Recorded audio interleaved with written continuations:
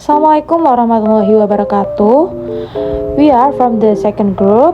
My name is Nafila Rizkia Halda and my friend is Tiba Zanuba Faradilla. We will present our assignment with the title Hakim, Ahkam, Mahkum Fi, and Mahkum Alaih. Definition of Hakim. So etymologically, Hakim comes from the Arabic word Hakim, which has the root Hakama, meaning to make a decision or judgment. In the study of usul al-fiqh, Hakim refers to the entity that determines and establishes Syariah law. Dalam konteks hukum Islam, seorang hakim adalah individu yang diberi wewenang untuk mengadili dan memutuskan perkara berdasarkan hukum syariah. Peran ini sangat penting karena seorang hakim tidak hanya menegakkan hukum, tetapi menegakkan atau memastikan bahwa keputusannya sesuai dengan prinsip-prinsip keadilan yang diajarkan dalam agama Islam. The primary lawmaker. According to usul al-fiqh scholar, the primary lawmaker in Syariah is Allah Subhanahu wa Ta'ala. Allah is the source of all laws and decrees, as stated in the Quran in Surah Al-An'am number 57. The decision is only for Allah. Additionally, the Prophet Muhammad served as the conveyor of Allah law to humanity through the Sunnah, which becomes the second reference after the Quran. Dalam kerangka hukum Islam, Al-Quran dan Sunnah adalah dua pedoman dalam agama Islam untuk menetapkan hukum dan menjalankan kehidupan sehari-hari. Al-Quran itu turun atau wahyu langsung dari Allah, sedangkan Sunnah itu merupakan ucapan, perbuatan, dan ketetapan Nabi Muhammad SAW yang menjelaskan dan memperjelas ajaran yang terdapat dalam Al-Quran. Definition of ahkam is the plural form of the Arabic noun ahkam hukum, which mean law or decree. In the context of Islamic jurisprudence, fiqh, ahkam refers to the rules or legal provision derived from the source of Islamic law. Ahkam encompasses all forms of Sharia regulation governing human life, including act of worship and social and economic interaction or muamalah. Jadi dalam fikih, ahkam dibagi menjadi beberapa kategori berdasarkan jenis kewajibannya seperti wajib, sunnah, mubah, makruh, dan haram. Setiap kategorinya memberikan panduan yang jelas tentang bagaimana seorang muslim harusnya bertindak dalam berbagai aspek kehidupannya, baik yang bersifat pribadi, sosial, maupun ekonomi. Dengan demikian, ahkam memainkan peran penting dalam membantu umat Islam menjalani hidup sesuai dengan prinsip-prinsip dan hukum yang ditetapkan oleh syariah atau agama Islam. Ulama usul fiqh divides the law into two parts. The first is ahkam taklifi. It's a syar'i hitab or saying of the Prophet which contain demands either carrying out orders of prohibition, which include requests to choose whether to carry out, surrender, carry out, or abandon by the mukallaf. And the second is ahkam wad'i, is hitab syar'i, which implies that the occurrence of something is a cause, condition, or barrier to something. The difference between al-ahkam taklif and wad'i.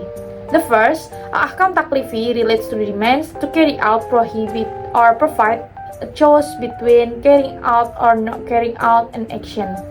On the other hand, al-ahkam wad'i doesn't aim to demand, prohibit, or provide choice, but only explain the cause, condition, or obstacles to allow. The second is al-ahkam taklifi or wad'i.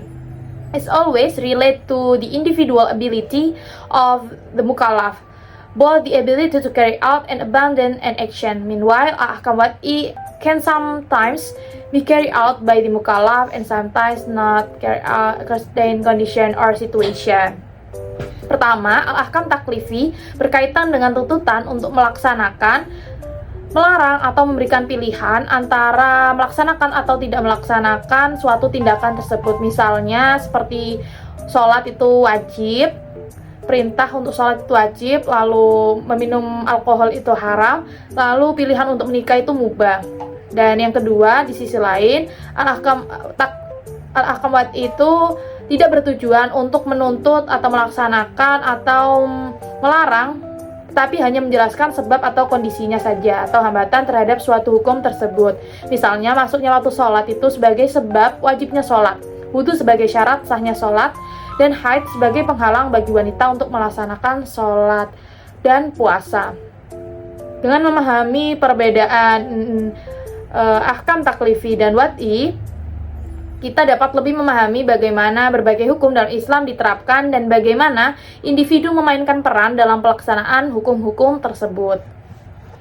Source of ahkam: there are Quran, the Holy Book of Islam containing the words of Allah. Jadi turunnya melalui malaikat Jibril dan diturunkan atau wahyu dari Allah. Lalu hadis, the collection of sayings, action, and approvals of the Prophet Muhammad, yaitu berupa ucapan, ketetapan, atau perbuatan dari Nabi Muhammad yang melengkapi Al-Quran. Ijma, consensus of the scholar or agreement among the expert in fiqh on a legal issue. And qiyas, analogical reasoning used to derive legal rulings based on the simulation of causes with established cases in the Quran and Hadith.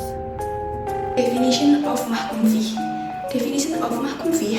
Mahkum fih refers to the object or action that is subject to Sharia law. It is one of the four elements of Sharia law. Mahkum fih pertains to action or matters regulated by Islamic law, whether commanded, prohibited, or permitted. Jadi, mahkum fih itu bisa diartikan sebagai objek dari Syariah law, hukum syariah. Seperti itu. Definition of mahkum alaih. Mahkum alaih refers to subject of the law, the person who is bound by Sharia law or mukallaf. Mahkum alaih denotes the individual or group responsible for carrying out or abstaining from specific action according to the legal provisions. Jadi kalau mahkum fih tadi adalah objeknya, mahkum alaih ini adalah subjek dari hukum syariah. The conclusion is it can be concluded that the concept of judge, law, and the principle of usul fiqh are an integral part of the structure of Islamic law, judge as determiners of legal dictation. Must understand ahkam legal provision which including obligatory, sunnah, permissible, haram, and makruh. In this case, the distinction between mahkum fih and mahkum alaih becomes important with the former referring to act regulated by Islamic legal norms and the latter referring to acts regulated or regulated by these norms. Usul fiqh as a theoretical basis provides a framework for understanding and applying the principle of Islamic law, including methods of determining law from primary sources as the Quran, Hadith, Ijma, and Qiyas. Thank you.